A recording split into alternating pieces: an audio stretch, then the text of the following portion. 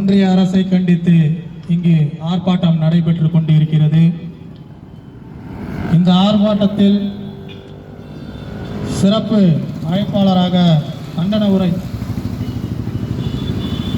உரையாற்ற வருகை தந்துள்ள அனைத்து தோழர்களுக்கும் இந்த தருணத்தில் எனது நன்றி கலந்த வணக்கத்தை தெரிவித்துக் கொள்கின்றேன்.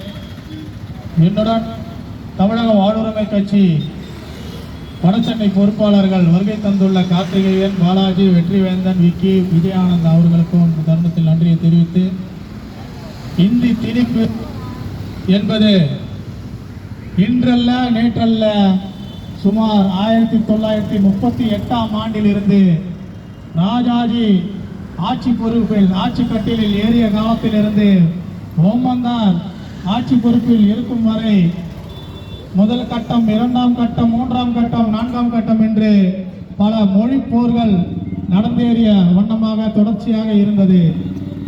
மொழிப்போர் என்பது மோடி அவர்களுக்கு தெரிந்திருக்க வாய்ப்பில்லை. மொழிப்போரில் உயிர் நீத்த தியாகிகள் ஏராளம். தந்தை பெரியார் உட்பட அனைத்து தலைவர்களையும் குண்டு கட்டாக கொண்டு சிறையில் அடித்த காலம், அடித்து சிறையில் அடைத்ததோடு மட்டுமல்லாமல் வைத்து அவர்களை அடித்து துன்புறுத்திய காலமெல்லாம் உண்டு. தாளமுத்து, நடராசன் அவர்களை எல்லாம் நாம் மறந்துவிட முடியாது, மறைக்கவும் முடியாது.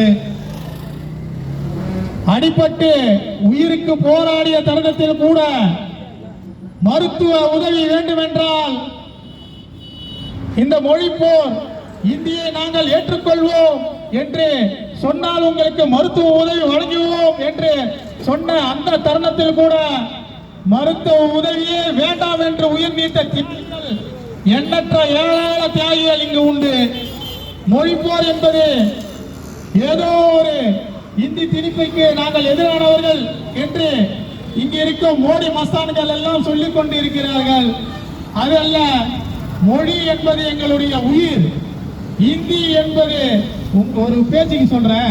இப்ப அண்ணாமலை எல்லாம் வந்து மூச்சு பிடிக்க பேசிட்டு இருக்காரு. அண்ணாமலைக்கு உண்மையாவே என்ன தெரியுமோ தெரியாதோ அவர் சொல்றேன், தொடர்ச்சியா வாயத்தை வந்தா பொய்யா மொழின்னு இருக்கிறது தான் இந்த அண்ணாமலைக்கு வேலையா இருக்கு. இப்போ 2 நாளுக்கு முன்னாடி ஒரு பேட்டி கொடுக்கிறாரு. இந்த இந்தி எதற்கு வேண்டும் என்று, இந்த முன்மொழி கொள்கை ஏன் வேண்டும் என்று இந்த மக்களுக்கும் இந்த மாணவர்களுக்கும் புரியுற மாதிரி அவர் சொல்றாராம். அவர் சொல்லும் போதே பார்த்துருப்பீங்க, கட்சி பத்து மூஞ்ச தொடச்சிப்பாரு, அப்படியே வந்து வயிற்ற பூச்சா மாதிரி பேசுவாரு. அப்படியே பாவப்பட்ட ஜென்மம் எப்படி பேசுவோம், பாவமா இருக்கிறவங்க அந்த மாதிரி பேசி மக்களுக்கு புரிய வைக்கிறாரு. அவர் என்ன சொல்றாருன்னா, மோடி அவர்கள் வந்து ஆட்சியில் ஏறும்போது அவர்கிட்ட கொடுத்தாங்களாம், இந்த மும்மொழி கொள்கையில வந்து தமிழ்நாட்டுக்கு முதன்மை, ஆங்கிலம் 2வது மொழி, இந்தி 3வது மொழியாக கட்டாயம் நிறுவ வேண்டும் என்று அவர்கிட்ட கொடுத்தாங்களாம். அதுக்கு மோடி ஐயா சொன்னாரா, இல்ல இந்தி கட்டாய மொழி ஆக்க முடியாது, இந்தி வேணுமென்றால் படித்துக் கொள்ளலாம் அப்படின்னு மோடி ஐயா சொன்னாராம். அப்புறம் ஏங்க நிதி எடுத்து கொடுக்கறதுக்கு மறுக்கிறீங்க தமிழகத்துக்கு? இந்தியை தேவைப்பட்டா நாங்க படிச்சுப்போம். எங்க அக்கா பாருங்க அழகா சொன்னாங்க, விடுதலை சிறுத்தையோட மாவட்ட செயலாளர், நாங்க போற வகையில இந்தி கத்துப்போன்றாங்க. அழகா பேசவும் செஞ்சாங்க. அந்த இந்தி சரி, இந்தி இங்கிலீஷ் வேண்டாம், இங்கிலீஷ் ஆங்கிலம் இருக்கும் இடத்தில் இந்தியை பிடிக்க வேண்டும், இந்தியை நிறுவ வேண்டும் என்று சொல்றீங்க.